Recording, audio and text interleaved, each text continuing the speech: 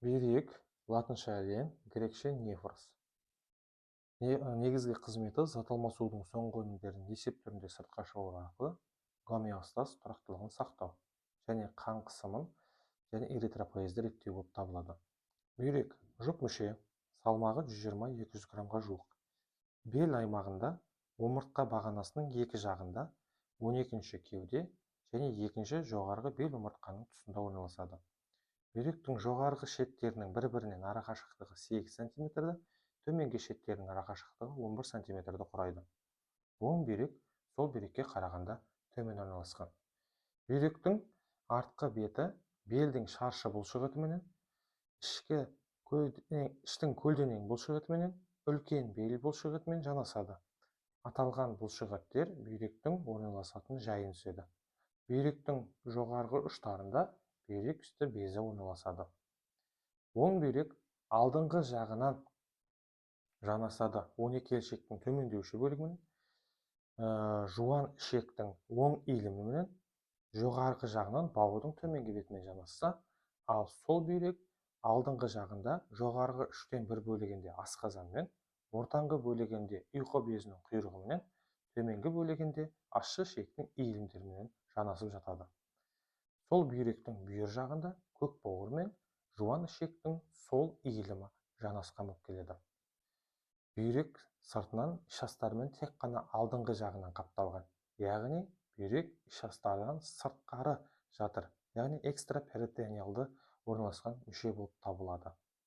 Бүйректің сыртқы құрылысына келетін болса, бүйрек сыртынан жұқа дәнекер тінді фиброзды капсуламен қапталады, латынша капсула фиброза деп аталады.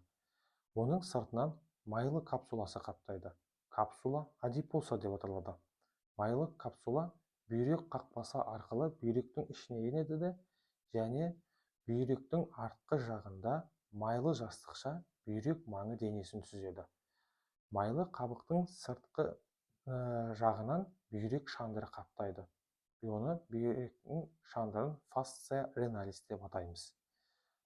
Бүйрек фасция реналис, яғни алдыңғы және артқы жапырақшалардан тұрады. Алдыңғы артқы жапырақшалары бүйір жағына жоғарғы жағынан бір-бірімен қосылып кетеді, ал төменгі жағынан несебағармен жалғасып бүйрекке дейін созылып несебағарды қаптайды. Бүйректің пішіні асбұршаққа ұқсайды. Бүйректің дөңестеу келген алдыңғы беті болады. Латынша фасцес антериор деп атаймыз. Және тегістеу келген артқы беті болады. Фасцес постериор деп аталаймыз. Сосын бүйректің жоғарғы шеті болады. Полюс супериор деп аталады. Және бүйректің төменгі шеті болады. Полюс инфериор деп аталады. Дөңестеу латеральды қараған латеральды жиегі болады. Марго латералис. Және медиалды ойыстау келген медиалды жиегі болады. Марго медиалис деп аталады. Медиалды жиегінде бүйрек ішіне қан тамырлары менен артерия тамырлары кіретін және вена тамырлары несебағар шығатын бүйрек қақпасы болады. Оны хелиум реналис деп атаймыз.